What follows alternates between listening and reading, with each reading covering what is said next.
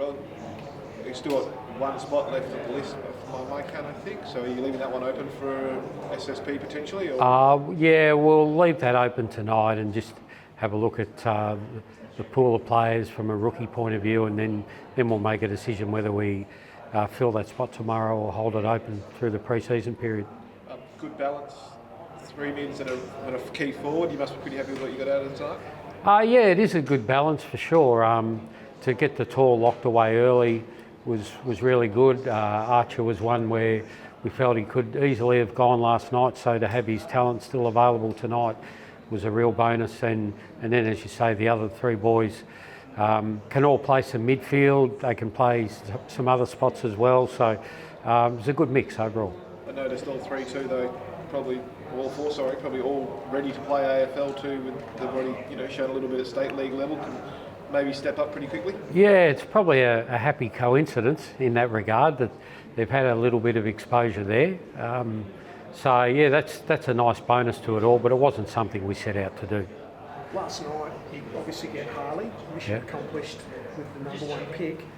But there was so much trading and there was so much activity and there was speculation that you guys were trying to get in elsewhere and everything. Was it a bit frustrating last night in the end for the Coasters? Or how did you feel? Yeah, look, it was a little bit frustrating. We certainly tried to get back into the front end of the talent pool, and as you've seen, there was a lot of clubs trying to do that. So we had our future first to play with.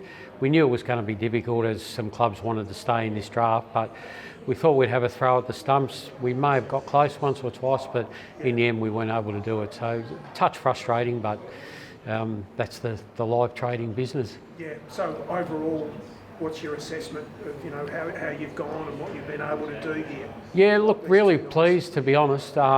Even though we didn't get back in last night, the players we picked tonight, we were pleasantly surprised that they were still available.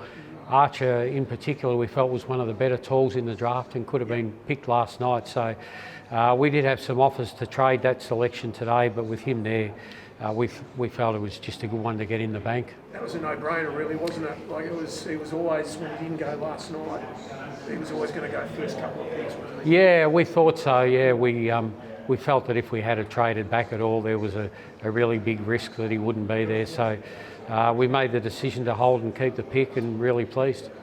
Do you now look with that? You had that future first on the table this year.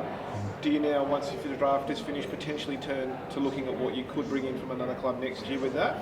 Oh, we do that every year, really, no matter what the circumstance. So next year will be no different. We'll scour the competition for players that we feel can help our list, and it'll be no different next year.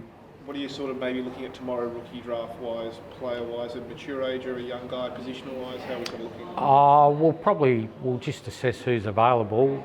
We won't set out to have any particular outcome in terms of age or maturity, anything like that. If there's someone there that we feel can add something to the list, we'll just go in that direction. And I wanted to finally ask you about the academy rules.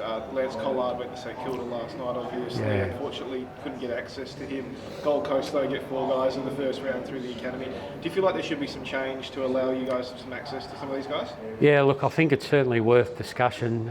We've seen again tonight that players were taken inside 40. It's really frustrating when you've done a lot of work with those players. And we understand the rules and the objective behind trying to keep things equal, but if you're going to have the NGA academies and you're going to do the work with the players, we feel it's time for a real discussion around what that might look like in the future.